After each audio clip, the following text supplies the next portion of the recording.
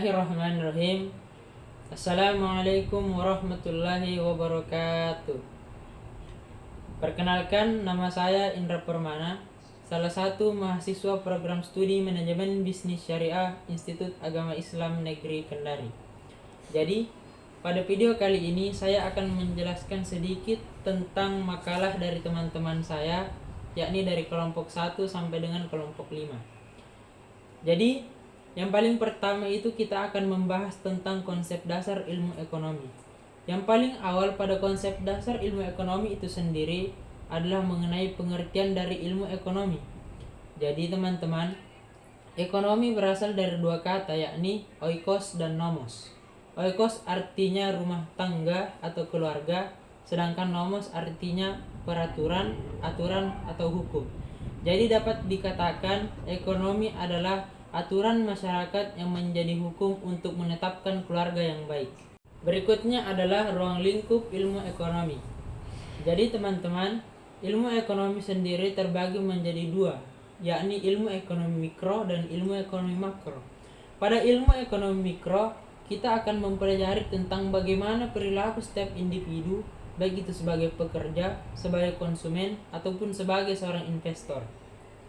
Ruang lingkup ilmu ekonomi mikro itu sendiri diantaranya adalah interaksi di pasar barang, interaksi antara penjual dan pembeli, serta teori nilai guna. Berikutnya adalah ilmu ekonomi makro. Ilmu ekonomi makro sendiri digunakan untuk mempelajari mekanisme kerja perekonomian secara keseluruhan. Ruang lingkup dari ekonomi makro itu sendiri diantaranya adalah kebijakan fiskal, kebijakan moneter, serta dengan kebijakan pertumbuhan. Berikutnya teman-teman, kita akan membahas tentang teori permintaan dan teori penawaran. Yang pertama adalah teori permintaan. Teori permintaan itu sendiri membahas tentang ciri hubungan antara jumlah barang dan harga. Jadi teman-teman, permintaan itu sendiri dapat dipengaruhi oleh beberapa hal atau faktor, diantaranya selera, pendapatan konsumen, serta dengan kebutuhan konsumen itu sendiri. Sedangkan teori penawaran membahas tentang jumlah barang dan jasa yang dijual pada harga tertentu, pada waktu dan tempat tertentu juga. Teori penawaran itu sendiri dipengaruhi oleh beberapa faktor, di antaranya adalah biaya produksi, pajak, teknologi yang digunakan, serta dengan perkiraan harga pada masa yang akan datang. Jadi teman-teman, dapat kita simpulkan bahwa semakin tinggi harga suatu barang, maka akan semakin sedikit permintaan pada barang tersebut. Sebaliknya, semakin rendah harga suatu barang, maka akan semakin banyak pula permintaan pada barang tersebut. Berikutnya teman-teman, kita akan membahas tentang teori nilai guna. Jadi, teori nilai guna itu sendiri mempunyai dua definisi. Yang pertama adalah utilitas marginal dan yang kedua adalah utilitas total. Yang pertama adalah utilitas marginal.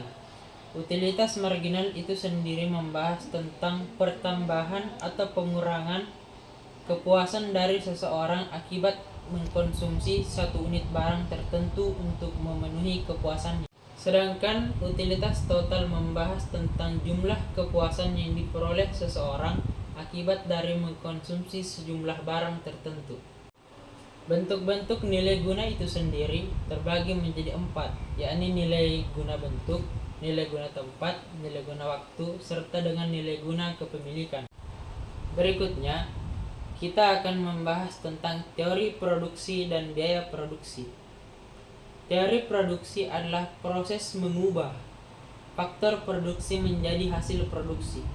Macam-macam produksi itu sendiri yaitu diantaranya produksi marginal, produksi rata-rata, serta dengan produksi total. Sedangkan biaya produksi adalah pengeluaran yang harus dikeluarkan oleh suatu perusahaan untuk mendapatkan faktor-faktor produksi yang digunakan untuk menghasilkan barang yang akan diproduksi oleh suatu perusahaan tertentu.